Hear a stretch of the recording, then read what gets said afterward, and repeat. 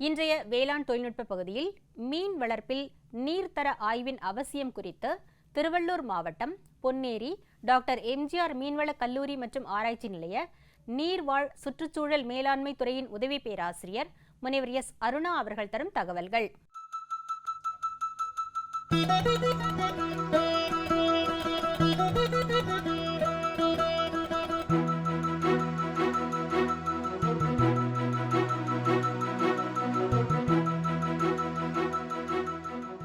இன்று நாம் பேச இருக்கும் தலைப்பு மீன் வளர்ப்பில் நீர்த்தர ஆய்வின் முக்கியத்துவம். பொதுவாக வெற்றிகரமாக ஒரு மீன் வளர்க்கணும் அப்படின்னு பார்த்தீங்கன்னா அதுக்கு நீரோட தரம் ரொம்ப முக்கியமானது. ஏன்னா மீன்கள் வளரக்கூடிய அந்த ஊடகங்கிறது நீர். ஸோ தண்ணியில் என்ன சேஞ்சஸ் இருந்தாலும் அதனால் மீன்களுக்கு பாதிப்பு ஏற்படும். ஸோ ஒரு இடத்த நம்ம தேர்வு செய்ய போகும்போது அந்த இடத்துல இருக்கிற தண்ணி மீன் வளர்ப்புக்கு உகந்ததா அப்படிங்கிறத நம்ம பார்த்துட்டு தான் அந்த இடத்த தேர்வு செய்யணும்.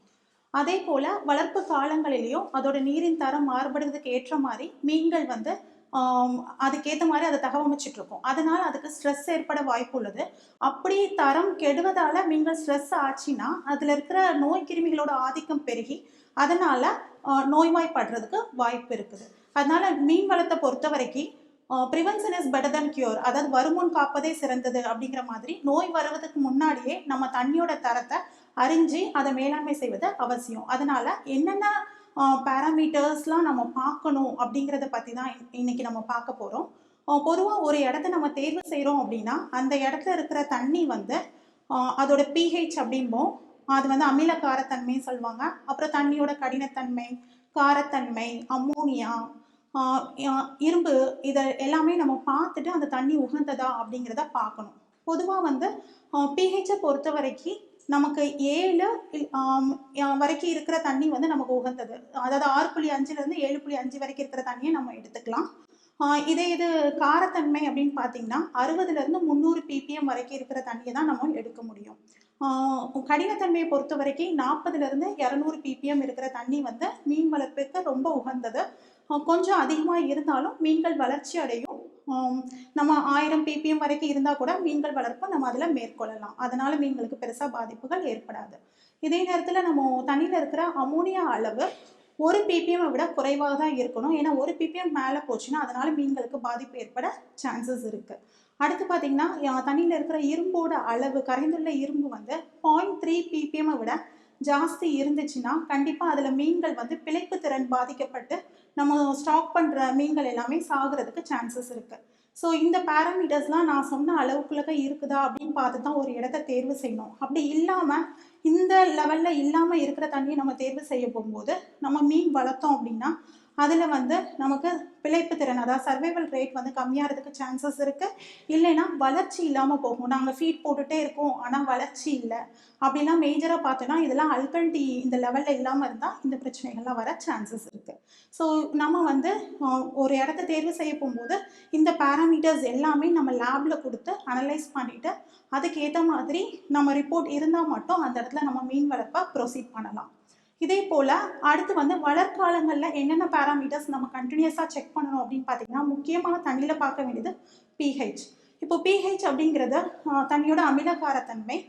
தண்ணியில் நம்ம பொதுவாக பாண்டில் நம்ம கல்ச்சர் பண்ணுவோம், சூரிய ஒளியில் தான் பண்ணுவோம். அதனால பொதுவாக தண்ணி பச்சை கலரில் தான் இருக்கும். அதாவது அதில் மைக்ரோ ஆல்கே, பாசிகள் நிறையா இருக்கும். இந்த பாசிகள் ஒளிச்சேர்க்கையினால அணுதின pH மாறுபாடு நடைபெற்றுட்டே இருக்கும். ஸோ காலையில் pH அளவு ஒரு அளவாகவும் மாலையில் pH அளவு வேறு அளவாகவும் இருக்கும். ஸோ இந்த pH அணுதின மாறுபாடு ரொம்ப வராமல் இருக்கிறதுக்கு தான் இந்த காரத்தன்மை அளவு நான் சொன்ன குறிப்பிட்ட அளவு 60 300 ppm இருந்ததுன்னா இந்த காரத்தன்மை அளவு ரொம்ப ஃப்ளக்சுவேட் ஆகாமல் இருக்கும். நம்ம அதில் மீன் வளர்ப்பு பண்ண போகும்போது வளர்ப்பு நல்லாயிருக்கும். இதே இந்த காரத்தன்மை இந்த மேற்கூறிய அளவில் இல்லை அப்படின்னு பார்த்தீங்கன்னா காலை மாலை வேறுபாடு ரொம்ப அதிகமாக வர்றதுக்கு சான்சஸ் இருக்குது. அதாவது காலையில் 7 இருந்தது அப்படின்னா ஈவினிங் ஒரு 4 o'clock நீங்கள் ரெக்கார்ட் பண்ண போகும்போது 8 கூட வர்றதுக்கு சான்சஸ் இருக்குது. நமக்கு அந்த ரேஞ்ச் 7 to 8ங்கிறது மீன் வளர்ப்புக்கு உகந்த ரேஞ்சாக இருந்தால் போதிலும் இந்த ஒரு யூனிட் வேரியேஷன்ஸ் இருக்க போகும்போது அதனால் உங்களுக்கு மீனோட வளர்ச்சி பாதிக்கப்படும். அதாவது மீன்கள் உயிரோடு இருக்கும் ஆனால் வளர்ச்சி பாதிக்கப்படுறதுக்கு சான்சஸ் இருக்குது. ஸோ இதனால் pH தினம் ரெக்கார்ட் பண்ணுவாங்க.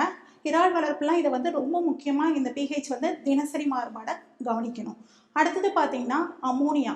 வளர்காலங்களில் மீனோட வளர்ச்சிதை மாற்ற கழிவு பொருள் அப்படின்னு பார்த்தீங்கன்னா அது அமோனியா தான்.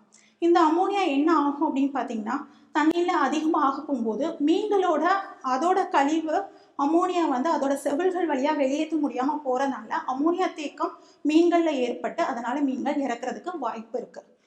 தண்ணியில் உகந்த அளவு அமோனியா அப்படின்னு பார்த்தீங்கன்னா 0.02லேருந்து 0.05 ppm இருந்தால் போதும்.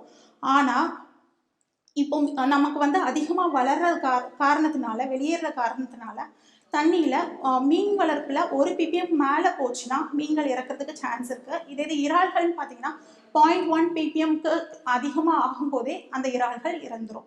ஸோ இதனால் அமோனியா மேனேஜ்மெண்ட் ரொம்ப முக்கியம். அமோனியா வந்து வாரத்துக்கு ஒரு தடவை நீங்கள் செக் பண்ணிக்கிறது ரொம்ப அவசியம். சப்போஸ் அமோனியா ஜாஸ்தியாக இருக்குது அப்படின்னா நம்ம அதில் வந்து தண்ணி மாற்றம் செய்யணும். அதாவது பாட்டம் வாட்டரை வந்து ஒரு 10 to 20% நம்ம எக்ஸ்சேஞ்ச் பண்ணால் மீன் வளர்ப்பில் இந்த அமோனியா பிரச்சனையிலேருந்து மீன்களை காப்பாற்றிக்கலாம். இதே இது நம்ம வந்து தண்ணி எக்ஸ்சேஞ்ச் பண்ண முடியாது அப்படின்னா நீங்கள் ஜியோலைட் மாதிரியான கெமிக்கலை ஆட் பண்ணலாம், ப்ரோபயோட்டிக்ஸ் ஆட் பண்ணி அதை வந்து நம்ம மேனேஜ் பண்ணிக்கலாம்.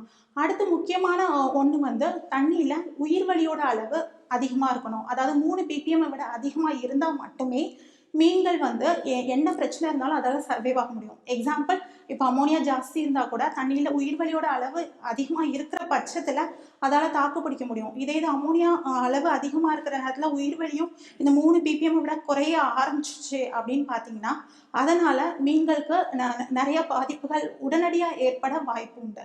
அதனால் மீன்களை பொறுத்த வரைக்கும் உயிர்வளி 3 ppmக்கு விட அதிகமாக இருக்கணும். இந்த உயிர்வளி தட்டுப்பாடு எப்போ நடக்கும் அப்படின்னு பார்த்தீங்கன்னா விடிய கால நேரங்களில், அதாவது காலங்காத்தால 2 மணிலேருந்து அந்த 6 மணி வரைக்கும் தான் அந்த கிரிட்டிக்கல் பீரியட் அப்படிம்பாங்க. ஏன்னா அப்போ தான் சூரியோதயம் வர்றதுக்கு முன்னாடி தண்ணியில், அதாவது குளத்துல இருக்கிற மீன்கள், பாசிகள் எல்லாமே ஆக்சிஜனை சுவாசிக்கிறதுனால ஆக்சிஜன் தட்டுப்பாடு அந்த பீரியடில் தான் ஏற்படும்.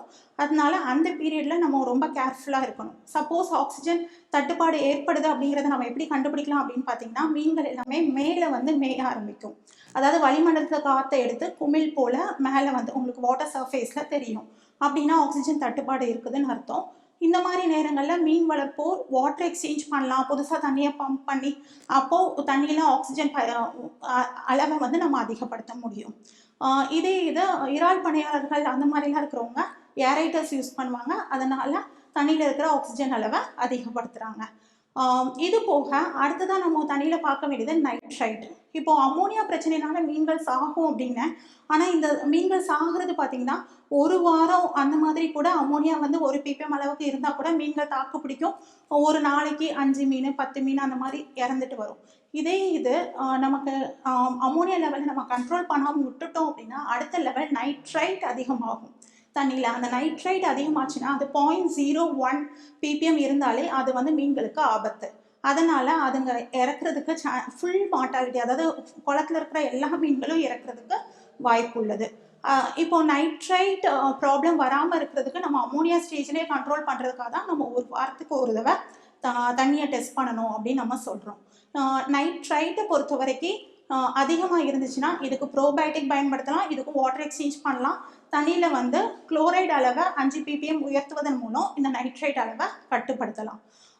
இந்த மாதிரி இது போக அடுத்ததாக பார்த்தீங்கன்னா ஹைட்ரஜன் சல்ஃபைடு. தண்ணியோட தரத்தை ஒழுங்காக பராமரிக்காத குளங்களில் அடிமட்டத்தில் கருப்பாக வர ஆரம்பிக்கும். அந்த கருப்பு வர ஆரம்பிக்கிறதுக்கு எதோட அறிகுறி அப்படின்னு பார்த்தீங்கன்னா ஹைட்ரஜன் சல்ஃபைடு. பொதுவாக ஒரு மீன் வளர்ப்பு குளங்களில் இந்த ஹைட்ரஜன் சல்ஃபைடு வந்து இருக்கக்கூடாது. அப்படி இருந்ததுன்னா அதனால் அந்த பாட்டமில் இருக்கிற மீன்கள் சாகிறதுக்கு சான்சஸ் இருக்குது. ஸோ பாட்டமை நம்ம நல்ல குவாலிட்டியாக மேனேஜ் பண்ணணும் அப்படின்னு பார்த்தீங்கன்னா அதுக்கு வந்து நம்ம நல்ல ஆக்சிஜனாக இருக்கணும். கழிவுகளை உடனுக்குடனே அகற்றிட்டு இருக்கும் போது இந்த ஹைட்ரஜன் சல்ஃபைடு வராமல் தடுக்கலாம். ஸோ இந்த மேற்கூறிய பேராமீட்டர்ஸ் எல்லாமே நீங்கள் உங்கள் பக்கத்தில் அவைலபிளாக இருக்கிற எந்த லேப்லனாலும் நீங்கள் டெஸ்ட் பண்ணி அதிலிருந்து அந்த ரிப்போர்ட் பேஸ் பண்ணி உங்கள் மீன்களை வந்து வளர்க்கும் பட்சத்தில் நம்ம வெற்றிகரமாகவும் பண்ணலாம், நல்ல லாபமாகவும் செய்யலாம்.